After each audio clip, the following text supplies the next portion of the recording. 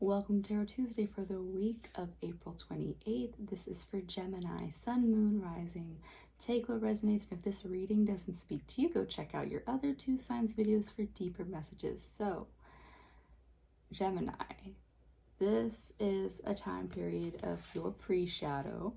So you might be feeling that, but you do already have Venus and Uranus are already in your sign. So it should lighten the load into your season because, yeah, the biggest thing is that we have a lot of energy still in Aries. We're going to break it up a little bit more because by the end of this week, first off, we've got a full moon in Scorpio, and it is on or the day after of Beelzebub, which is a Celtic holiday which signifies the start of summertime.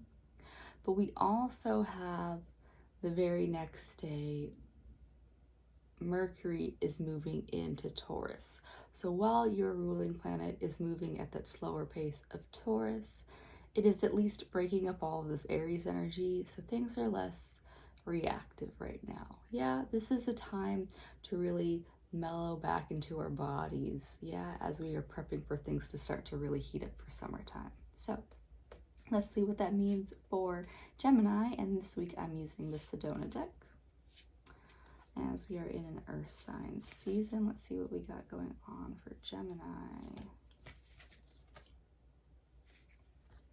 Desert breeze, here you are, your wind, your windy ass, desert breeze force.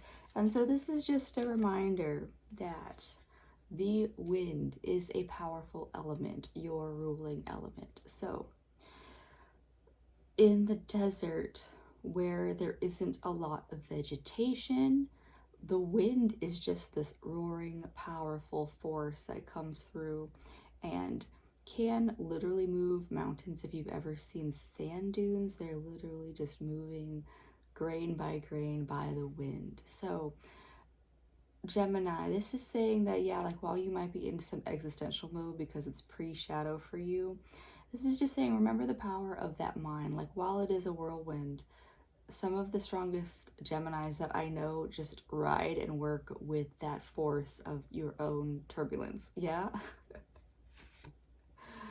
Because you've got the sun, joy and healing, and this is your naturalness. This is where you come from, Gemini, and you just have to work your way back there. And yes, I don't promote toxic positivity here, but that happiness is an inside job. You have to choose it, and it's always there. It's just sometimes it gets buried under the weight of, you know, day-to-day life, adult life, all that shit. Yeah. Desert spirit, love from the creator. So Gemini, this is also just saying that, and so remember, like, it's like I'm pulling these cards from Sedona, which really work with the desert environment anyways, and the power of the desert, what it teaches us is about our own resiliency.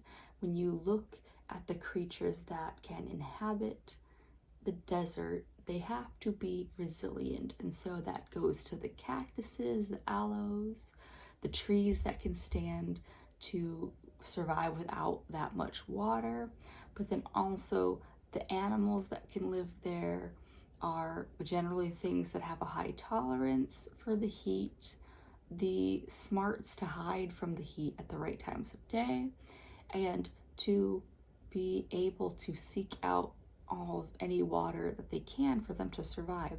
And that goes for the people creatures that also occupy the deserts, is that there is a resiliency. And so Gemini, you watching this might not be in the desert, but you also have to develop your own inner resiliency. This is thick skin. This is saying that, yeah, like you want to protect this sun that is within you. You want to protect the sun that is within you. And so sometimes, like a cactus protects its waters by having a waxy skin and spikes. So Gemini, this might be a sign for you to have spikes this week, if that resonates with you, because like I said, we still have a lot of energy, including Mars in Aries right now. And so it is still, even though Taurus is kind of calming it down, there's still a lot of reactive energy. So We want to make sure that we're protected. San Francisco Peaks, sacred magic. Yes, and so these guys are very magical.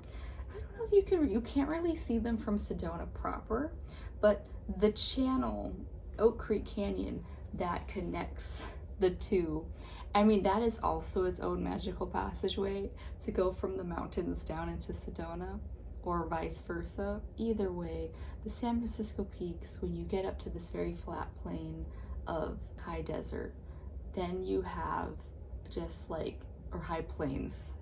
When you get up to those high plains and then you have the San Francisco Peaks standing above everything, yeah, it's really magical. Mountains in general have a gravity to them. And you have to, especially as you're going higher in elevation, you anchor more to that mountain. It's literally magnetic. So for you, Gemini, this is saying that, like, yeah, as you're going through this pre-shadow, find that anchor, find that ground. We're in an earth sign season, so find something that really grounds you. Be it, you might not be in this specific region of the world, but is there something that is grounding for you in and around your space? So yeah, a lot of people will, just get crystals and things, use those as anchors around your house, or just plants in general. They're literally rooted in the ground. So connecting to a tree, like go out, sit outside in nature for 5 minutes a day, do your own little recharge. Whatever you need, Gemini, that is what the Sedona deck has for you. But I'm gonna pull a card from the fairy deck as well. And just remember that the fairies like treats, so if you feel so inclined to leave them a present somewhere out in nature, it could be a tree, and I would suggest something as natural as possible, like some fruit. But also, it could be something like a crystal. If you find a little crystal, a little rock that you like, they like it too. So give them a little treat. Let go.